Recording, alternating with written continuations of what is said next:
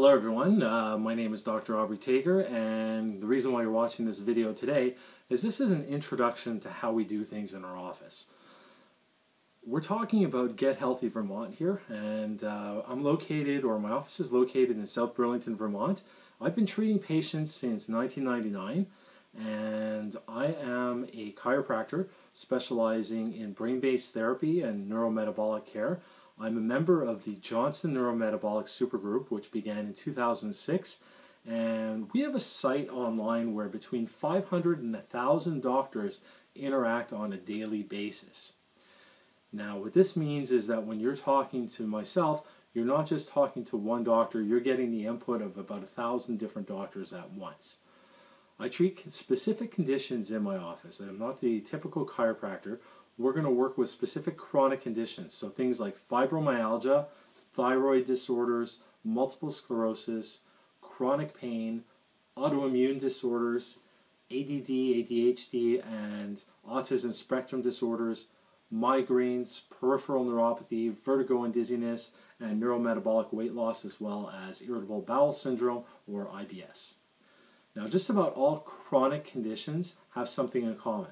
They have an autoimmune component, which means that the patient's own body is attacking itself. Now, there's a specific test from a company called Cyrex Labs, and you can go and check them out online at cyrexlabs.com. It's called Array5, and this test tells you what part of the patient's immune system is being attacked. Now, just about all, not all, but just about all chronic conditions are caused by an autoimmune response. 90% of all thyroid disorders fall into an autoimmune thyroid condition called Hashimoto's thyroiditis.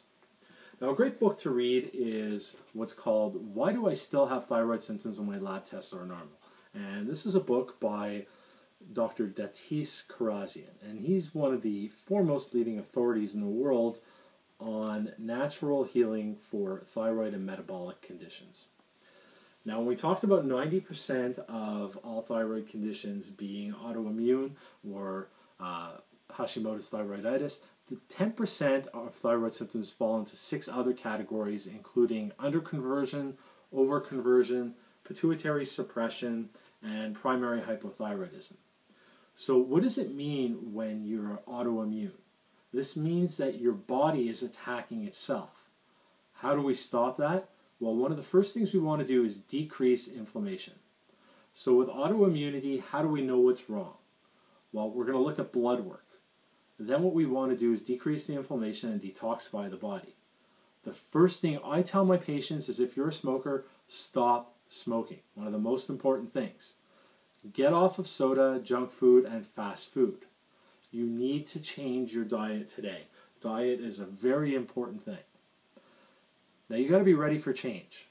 This change could change your life. Nothing in your life will ever change until you're ready to make a change. And the only way to change is to truly make a decision to change. As Anthony Robbins said, making a true decision means deciding to achieve a result and completely cutting yourself off from any other possibility. Now, our office goals are to do the appropriate testing to determine the root cause of your problem. We want to employ and correct the correct approach for each individual in order to create the fastest, most permanent change possible.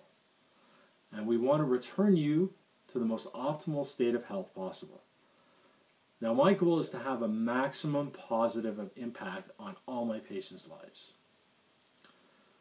When we're talking about the immune system, what we're going to try and do is build up your immune system. This is where medicine drops the ball and has nothing to offer chronic conditions. Traditional medicine does not build up your immune system. For example, when you go to your MD and you have pain, he might give you or she might give you a steroid in order to decrease inflammation. But this will also cause your liver to become more toxic. This in turn will affect your gut and all of your internal organs. Now, don't get me wrong, medicine is fantastic. I work with MDs all the time. They're great in trauma care, emergency medicine, and frank pathologies. But medicine has nothing to offer chronic immune conditions. The immune system has 2 parts to it, Th1 and Th2. When we think of Th1, we think of it like the Pac-Man of the body. It's just going to gobble things up. Th2 makes the antibodies. We can see if you are Th1 or Th2 dominant. And if you have one pathway that's more dominant than the other, then we want to complement the one that's not dominant or support the other pathway. So if you're Th1 dominant, we want to support Th2 pathway with the proper protocols and the proper supplementation. So when we're talking about Th2 support, we're talking about things like pine bark extract, green tea, grapeseed extract, resveratrol, pycnogenol, lycopene. For Th1, we're looking at vitamin A, vitamin C, and zinc, echinacea, licorice, lemon balm, maitake mushroom, and garlic. So if you happen to be Th1 dominant, and you should be taking things like pine bark, but you're taking maitake mushroom and you're wondering why you're not getting better, that's because you haven't been tested for the proper pathways. Now, 80% of your immune system is in your gut. Most patients that I see in my office have a problem with their gut. We can test this by another lab test from Cyrex Labs called Array2. This is going to look at the epithelial lining. It's going to look at good bacteria in the gut and focus on problems like leaky gut syndrome.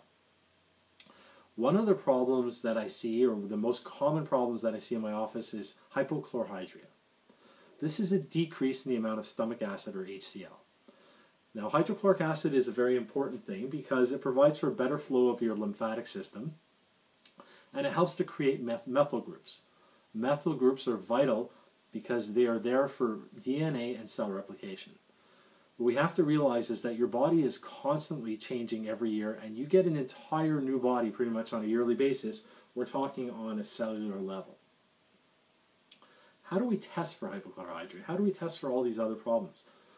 We're going to do blood work. So a CBC with an autodifferential, A1C, protein, serum globulin, BUN, phosphorus, thyroid panel, not just one thyroid test, not just the TSH, but free T4, T3, total T4, free thyroxine index, TBO, TGB antibodies, which shows you if you have an autoimmune problem.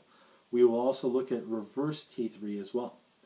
We might do some kinesio or muscle testing, and we're also going to do a comprehensive neurological examination in order to determine the root cause of your problem. So this presentation is covering a medical approach, an alternative approach, my approach, specific testing, how it can help you, and some of the things that you can do to help yourself. Now, the medical approach, many MDs do not want to treat chronic conditions, and I get referrals from MDs all the time, simply because they don't have anything in their toolbox to offer you. Many patients might have heard that the pain is all in their head, or they should just learn to live with the pain. Well, we want to work with your MDs, your DO, your podiatrist, your dentist, and provide an integrative approach to get you better. My job is not to compete with other practitioners, but to work symbiotically in order to get you, the patient, better. Now, you might have had lab tests done already. You might say, oh, my lab test came back fine. But what we're talking about is when they come back normal, please keep in mind that those lab tests have a very, very broad range. For instance, thyroid, or TSH, thyroid stimulating hormone, seen in most labs, the normal range is 3.35 to 5.5. Now, the optimal or functional range is much narrower, down at 1.8 to 3.0. Another example is blood sugar.